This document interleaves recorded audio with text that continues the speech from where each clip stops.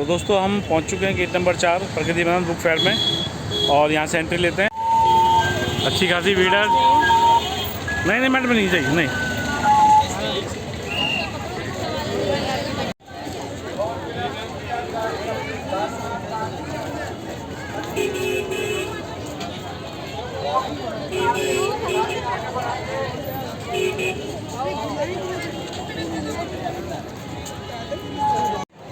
Online ticket हमने ले ली है और ये टिकट हमें पड़ी 20 रुपये की, पेटीएम से ख़रीदी है। और यहाँ पर अब कोई भी वैसी टिकट नहीं मिलती है जैसे पहले मिलती थी 20 रुपये में, हाथ से मिलती थी जो, अब सब आपको ऑनलाइन ही लेनी पड़ेगी। और दोस्तों अंदर तो हमने एंट्री ले ली है। चलो अब ज़रा स्टॉल पे चलते हैं, स्टॉल पे चल के आपको दिखाते हैं।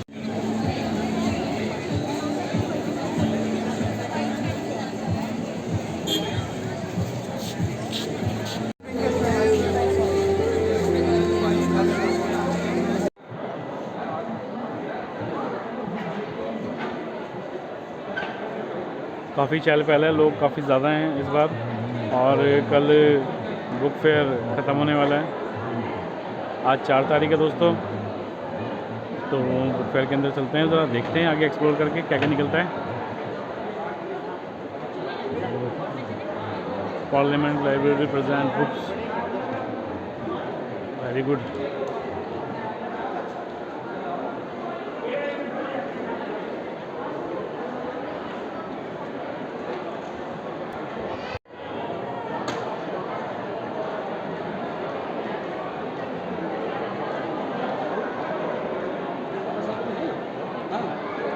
ये हैं बाबा साहब अम्बेडकर, जिन्होंने हमारा संविधान रचना की थी।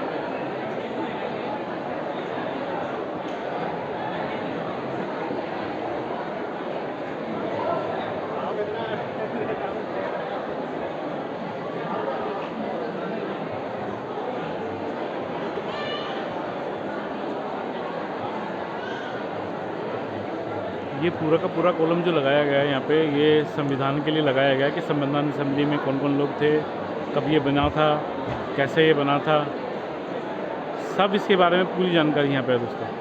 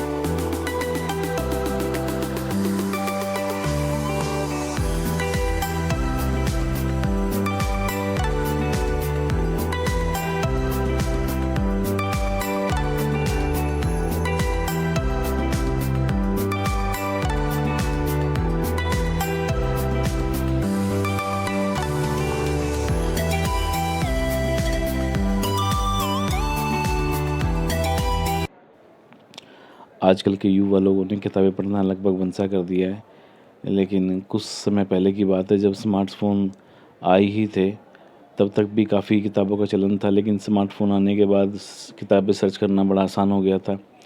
कई लोग पीडीएफ में किताबें पढ़ना पसंद करने लगे क्योंकि किताबें ख़रीदने का कॉस्ट बचता था। लेकिन जो मज़ा किताब को हाथ में लेकर पढ़ने में है वो ऑनलाइन पढ़ने में नहीं है, और मैं रेकमेंड करूँगा आप ज़रूर किताबें पढ़ें।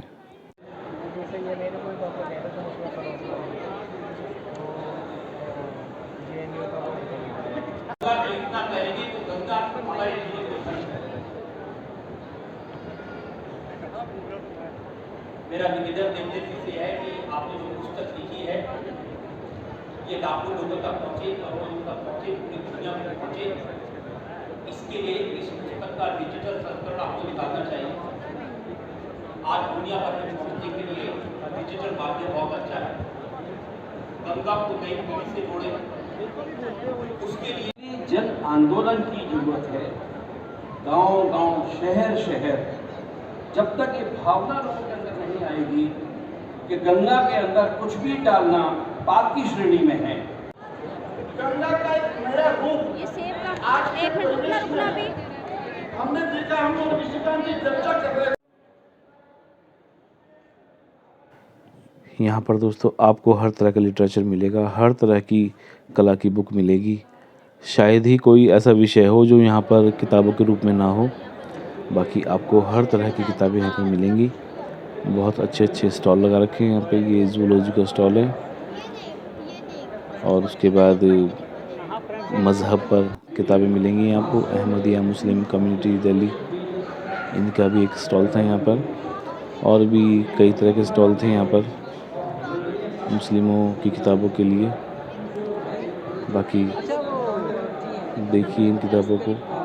अगर आपके मन में कोई भी शंका है इस्लाम को लेकर तो आप ये किताबें पढ़ सकते हैं, और आपके मन में कोई और शंका है फिर भी बसती है तो आप दयानंद सरस्वती जी को पढ़िए। उनके बहुत अच्छे विचार थे इस विषय पे। ये आगे दोस्तों हम चाचा चौधरी कॉमिक्स पे। बचपन में ये मेरी फेवरेट थी, मैंने बहुत पढ़ी है। हाय हाय।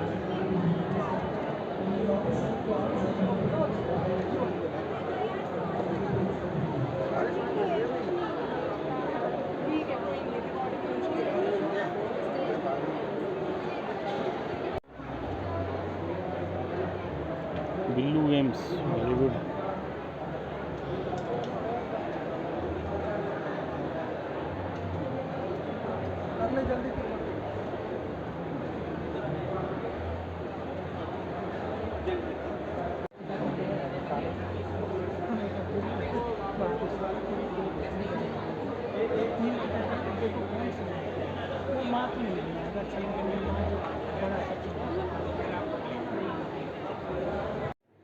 देश विदेश के कई तरह के यहाँ पे किताबों के स्टॉल लगे हुए हैं दोस्तों। आप जब बुक फेयर के अंदर आएंगे तो देखेंगे कि कई तरह के कई देशों के स्टॉल यहाँ पर लगे हुए हैं, ना सिर्फ भारत का बल्कि विदेशों के भी।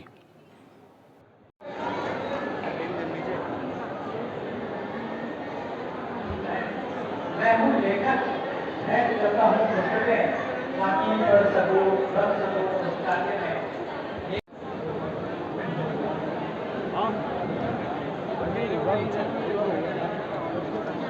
ओम नमस्ते आर्य जी।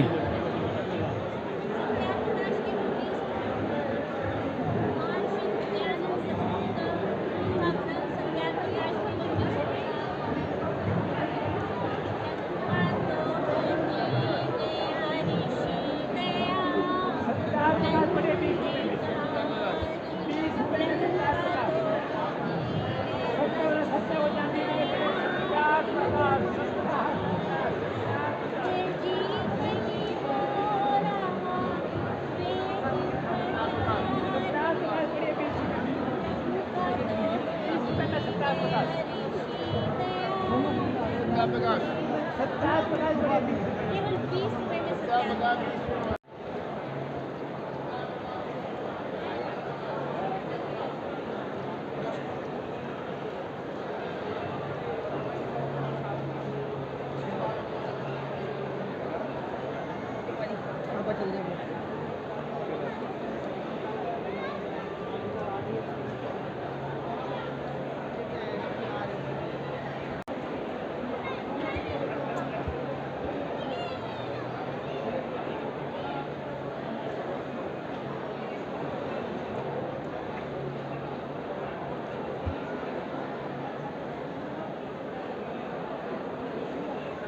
सीरियसली दोस्तों, हर एक इंसान को सत्यार्थ प्रकाश पढ़नी चाहिए।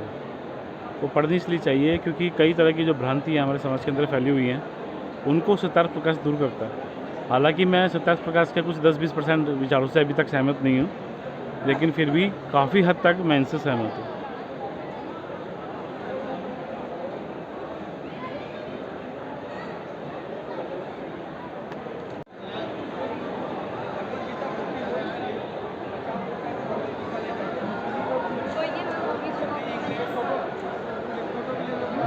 पहुँचे।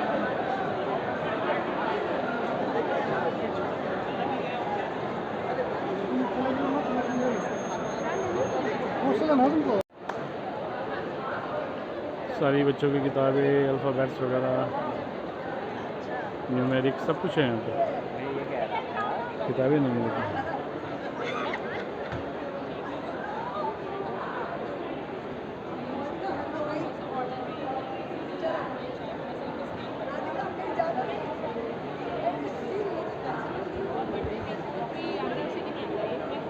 ये कितने का है?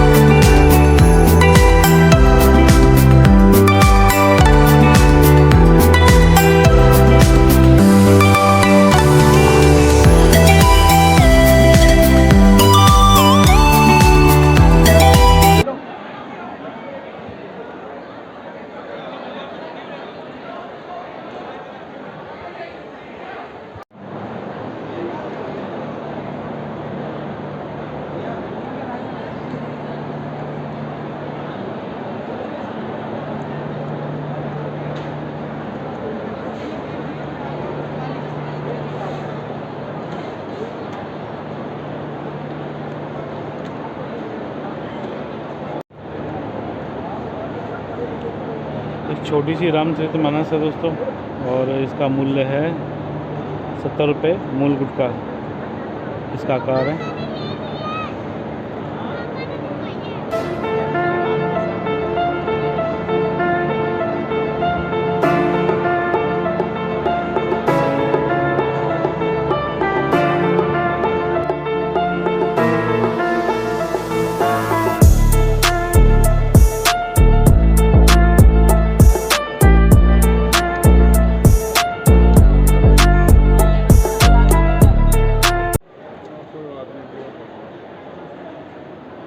बोला ना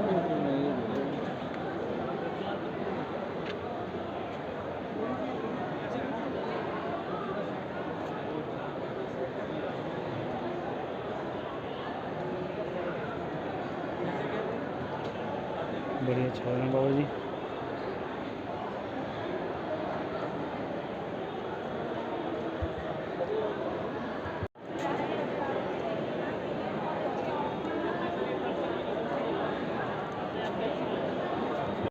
ये देखिए दोस्तों, जनचेतना नाम से एक यहाँ पर मैंने कॉर्नर देखा है, और उसमें मैंने देखा कि भगत सिंह जी की जेल डायरी भी है, और भी बहुत कुछ है। आप सारी किताबों को देखिए, भगत सिंह की जेल डायरी है हमारे पास 1929 से 1931 तक। आखिर समय में जब जेल में थे भगत सिंह, पढ़ाई कर रहे थे, देश में क्या चीज़ें हैं उसको कैसे बदला जाए उसके लिए सोच रहे थे। और आज भगत सिंह की तस्वीर हर जगह पहुँचती है, विचार नहीं पहुँचते, और उन विचारों को लेकर यहाँ जनचेतना स्टॉल है। और ये जनचेतना स्टॉल एक कैंपेन है जिसके तहत हम स्टूडेंट्स और अलग अलग काम करने वाले लोग अपना वक्त लगा रहे हैं। इस स्टॉल पे कोई भी पेड स्टाफ नहीं है।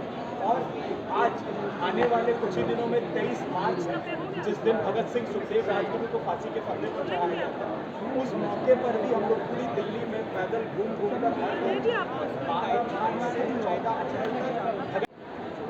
नमस्कार दोस्तों, आज हम आए हैं राजमंदिर प्रकाशन में, और इनके लेकर के हैं। यही से बात करते हैं। मैडम अपने बारे में बताइए कुछ। मेरा नाम हर्षिता मोहन सहाय है, और वैसे मैं पेशे से एक अध्यापक हूँ। और लिखने का मुझे थोड़ा शौक़ है, थोड़ा क्या बहुत ज़्यादा लिखने का और किताबें पढ़ने का, नॉवेल्स, कविताएँ, ये सब मुझे पढ़ने का बहुत शौक़ है।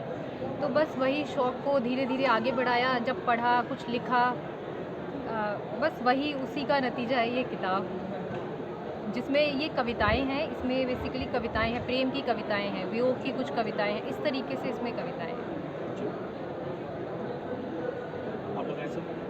हेलो सर, मेरा नाम विवेक आशुतोष है और ये लुका छिपी मैंने मौजूदा समाज की जो घटनाएं होते हैं, हर रोज़मर्रा की घटनाएं, जो सच्ची घटनाएं, उसी पे आधारित है। ये लुका छिपी में 6 अलग अलग कहानी है, जिसमें से एक रावलपिंडी जो पार्टीशन पे आधारित है, जिसमें हिंदू एज ए विक्टिम है और मुस्लिम एज। नमस्कार दोस्तों, मैं लेखक मयूर हूँ और ये मेरी उपन्यास है, ये लघु उपन्यास है, ऊपर वाली की लाठी इसका शीर्षक है। और ये दरअसल एक 70 साल के बूढ़े की जीवन के एक दिन की कहानी है। और ये लघु उपन्यास में मैंने इसको और रोचक बनाने के लिए खुद से चित्र भी बनाए हैं और इसके कुछ ज़्यादातर जो शब्द हैं वो उर्दू के हैं, जिनका मतलब मैंने आखिरी में बताया है ताकि आम पाठक इसको अच्छे तरह से समझ सके, पढ़ सके। ये बेसिकली ऐसा देखा जाए तो जो बचपन में हमने कहानियाँ पढ़ी हैं, प्रेमचंद की ईदगाह हो गया या सुदर्शन की हार की जीत हो गया, उसी की तरह मैंने उनसे ही थोड़ा बहुत सीख कर मैंने ये कहानी लिखी है और मेरी यही कोशिश है कि आपको पसंद आए। धन्यवाद। जी नमस्कार, मेरा नाम शुभम स्वराज। ये मेरी पहली पुस्तक लिखावटें गुलजार हैं आई है और ये एक काव्य संग्रह है। इसमें 3 खंड में विभाजित है। ये पहले खंड में छंदमुक्त कविताएं हैं और दूसरे छंद में गज़लें हैं। तीसरे छंद में मैंने शायरियों को भी लिख रखा है इसमें। और इसमें भिन्न भिन्न प्रकार की कविताएं मैंने लिखी हैं, जिसमें कुछ प्रेम के ऊपर हैं, कुछ डिसेंट के ऊपर हैं, कुछ व्यंग पे हैं और कुछ मेरे अनन्य कृष्ण भक्ति के ऊपर भी हैं।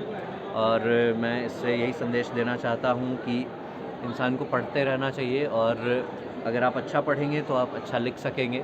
और फाइनली थैंक यू। मेरा नाम शौर्य बख्शी है। मेरी ये पहली उपन्यास है जो मैंने लिखा है, अर्बन ढाबा।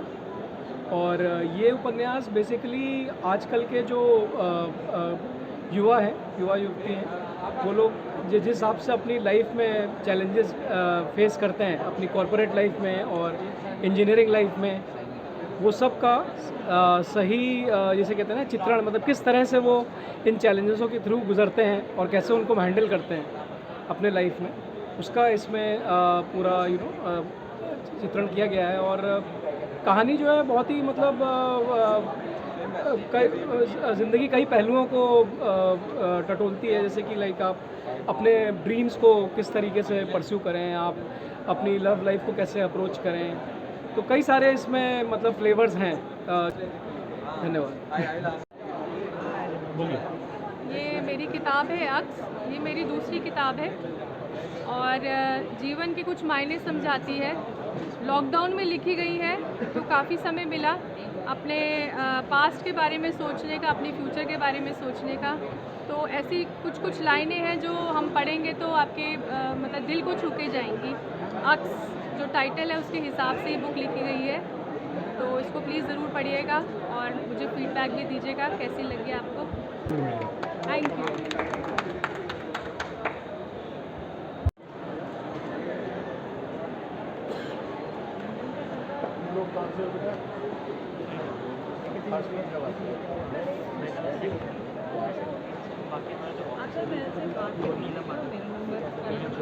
मेरे पास मुझे आपका जो दुकान है ना ज़्यादा होता रामायण को लेके मेरे हजारों फॉलोअर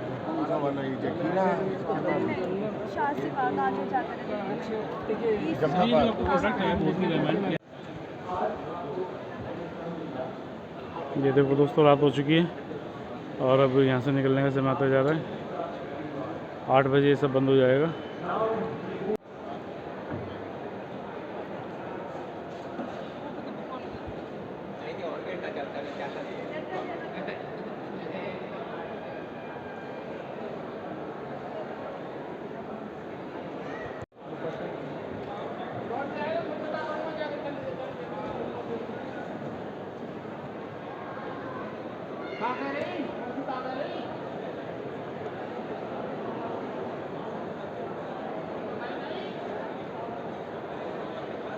तो